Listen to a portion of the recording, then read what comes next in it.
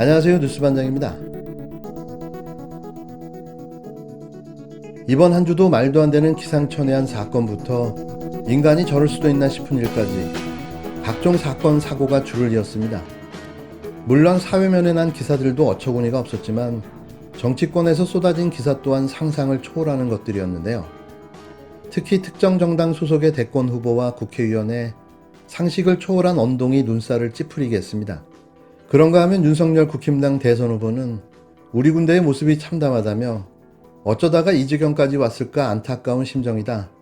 이 정권은 책임을 통감해야 한다고 말했는데요. 군대도 다녀온 적도 없고 총 한 번 쏴본 적도 없는 미필자가 이런 말을 할 자격이 있나 싶습니다. 나 같으면 쪽팔려서라도 이런 말은 입 밖으로 꺼내지 못할 텐데요. 10만 명당 한 명이 있을까 말까 한 부동시 판정을 받고 군 면제를 받은 윤석열. 이후 회복이 좀 돼서 정상적인 활동을 할 수 있다고 알려졌는데요. 하지만 아직도 일상생활이 힘들다는 게 그의 주장입니다. 부동시는 개선이 되는 병이 아닌데요. 일명 짝눈으로 균형 감각을 잃게 되는 병으로 일상생활 자체가 불가능한 걸로 알려져 있습니다. 이런 유사한 형태의 미필자는 수두룩하죠. 대표적으로 단맞은 황교안이 있습니다. 이런 자들이 대한민국 대통령이자 군 통수권자로서 제대로 공직을 수행할 수 있을까요?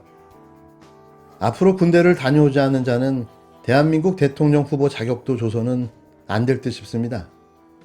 물론 여기에는 남자만 해당되겠죠.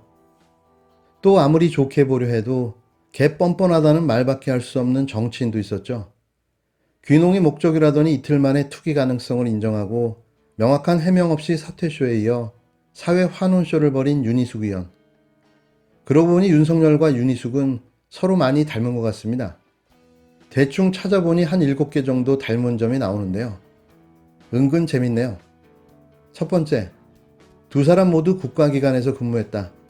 두 번째, 공교롭게도 두 사람 모두 같은 성씨를 갖고 있으며 같은 당 대선 후보다. 세 번째, 국민들 앞에서 자신이 공정하고 깨끗한 것처럼 말한다. 네 번째, 정부를 비판해 자신의 대선 가도에 발판으로 삼았다. 다섯 번째, 해명이 아니라 변명으로 일관해 위기를 극복하려 한다. 여섯 번째, 변신을 잘하는 카멜레온 같은 인간들이다. 일곱 번째, 항상 말할 때마다 국민을 판다.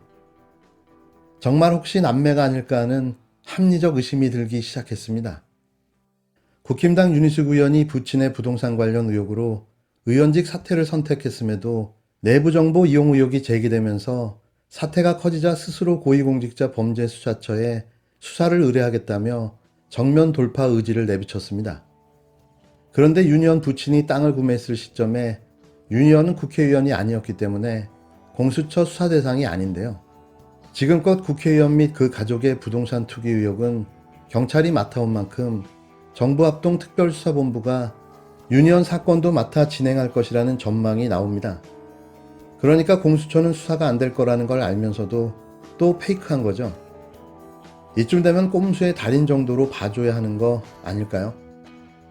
27일 윤 의원은 부친의 부동산 투기 의혹과 관련해 기자회견을 열고 어처구니 없는 의혹은 원래 해명이 불가능하다. 어떤 근거도 없으니 반증도 불가능하다며 저는 지금 저 자신을 공수처에 수사 의뢰한다. 공수처가 못한다면 합수본에 다시 의뢰하겠다고 큰 소리를 뻥뻥 쳤습니다. 하지만 공수처법에 따르면 고위공직자 범죄란 고위공직자로 재직하던 중 본인 또는 본인의 가족이 범한 죄를 말하는데요. 윤 의원 부친이 농지를 구입한 시점에는 국회의원으로 재직 중이 아니었기 때문에 공수처 수사 대상이 될 수가 없는 겁니다. 당시 윤 의원은 한국개발연구원 KDI 교수로 재직 중이었는데요. 공수처 관계자는 수사 의뢰가 오면 우선 검토를 한 뒤 공수처법상 공수처 수사 대상이 아닌 것으로 판단이 되면 경찰이나 검찰 등 수사권이 있는 기관으로 이첩하게 된다고 설명했습니다. 검찰이 사건을 맡아 수사할 가능성도 있는데요. 올해부터 검경 수사권 조정에 따라 검찰은 6대 범죄, 부패, 경제, 공직자, 선거, 방위사업, 대형 참사만 직접 수사할 수 있도록 축소됐지만 윤 의원 사건은 공직자에 해당합니다.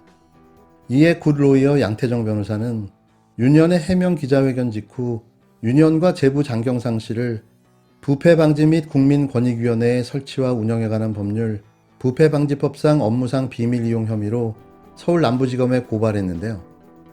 양 변호사는 유니언이 부친이 농지를 취득한 2016년 당시 유니언이 근무한 것으로 알려진 KDI는 산업단지 관련 예비 타당성 조사 등 개발 정보를 광범위하게 취급하는 기관이라며 재부 역시 농지 취득 약 2개월 전까지 기획재정부 장관 정책보좌관으로 근무했는데 이는 부처 내 주요 자료 및 정보 등을 습득해 장관 업무를 보좌하는 직책이었다라고 주장했습니다. 그러면서 유니언 등이 취득농지 관련 개발 정보 등을 접했을 가능성이 충분히 있어 면밀한 조사가 필요하다고 판단돼 공익 목적으로 고발하게 됐다고 고발 취지를 밝혔는데요. 다만 지금껏 국회의원 및 그 가족의 투기 등 부동산 의혹과 관련해서는 경찰을 중심으로 한 합수본이 맡아온 만큼 검찰이 이 사건도 합수본에 보낼 가능성이 높아 보입니다. 경찰은 이미 유니언 부친의 농지법, 주민등록법 위반 의혹을 내사 중인 상황인데요. 합수본 관계자는 유니언 관련 사건에서는 유니언 부친만 권익위원회로부터 수사 의뢰가 들어왔다며 이걸 현재 세종경찰청에 배당했다고 말했습니다. 경찰청은 내사를 진행한 후 혐의가 있다고 판단되면 유니언 부친을 이 건의 수사에 착수할 예정인데요. 아울러 민주당은 유니언이 2014년 세종시 특별공급을 받아 2억 3,500만 원의 시세 차익을 남겼다는 의혹도 제기하고 있습니다. 이에 유니언은 추가 기자회견을 통해 부친의 투기 정황에 대해서는 일부 시인했지만 내부 정보 이용 의혹에 대해선 전면 부인하고 있는데요. 이쯤 되면 사퇴가 아니라 감옥에 가야 할 듯한데요. 큰 소리를 이토록 크게 치는 국회의원은 태어나서 처음 봤습니다. 뭐가 그리도 떳떳하고 자신 있는지, 뭐가 그리도 당당하고 아무 꺼리낌이 없는지 살아생전 도덕적 불감증의 최고 수준을 가진 국회의원을 보게 된 거죠. 이게 일단 계획관리지역이었어요. 그러니까 농업진흥지역이 아니라 계획관리지역으로 선정되어 있는 것부터 시작해서 이 건은 굉장히 정교하게 기획된 부동산 투기로 의심될 만한 대목이 되게 많다는 말씀을 먼저 좀 드리겠습니다.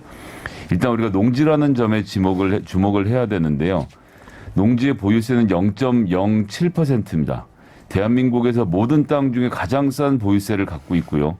양도세의 경우에도 또 놀라운데 8년 동안 자기가 농사를 지으면 양도세가 전액 면제가 되게 됩니다. 근데 더 놀라운 것은 자녀 한 명당 1헥타르, 10,000평방미터, 3,300평, 지금 정확히 윤희숙 의원의 부친이 갖고 있는 땅의 크기죠. 1헥타르씩은 이 상속을 할 수 있고요. 이 경우에 부모가 8년 동안 농사를 짓기만 해도 자식에게까지 상속된 이후에도 양도소득세 면제 조항이 그대로 적용이 됩니다. 그래서 이분이 처음에는 농어촌진흥공사에 맡겨서 미탁영농을 하다가 2020년 12월 누가 봐도 지금 주민등록부 위반으로 이제 위장 전입으로 의심되는 주소를 옮겨놓고 작용을 하겠다라고 신고를 하잖아요. 이 과정 우리가 잘 봐야 되는 게 8년을 채우기만 하면 됐기 때문에인데 여기에 또 양도소득세 조항이 하나 더 들어가 있습니다. 바로 땅과 거주지가 30km 안에 들어와 있어야 된다는 조항. 그래서 그래서 주소지를 옮긴 상태에서 작용을 한다고 신고를 하고 실제로는 동네에 있는 분하고 쌀 7가만히 있나요? 계약을 하고 농사를 이제 이 비밀로 위탁에 맡겼던 이 사실 등을 고려해 보면 결국 양도세와 보유세를 아껴서 자자손손 이 소위 말하는 부재지주죠. 거기 살지 않으면서도 그 땅에 추가 이익을 누릴 수 있는 상태를 만들기 위한 이런 정교한 작업들이 들어갔다고 보기 때문에 이게 그 팔순의 노인 혼자서 설계해서 만들 수 있는 작품이라고는 전혀 보여지지 않습니다.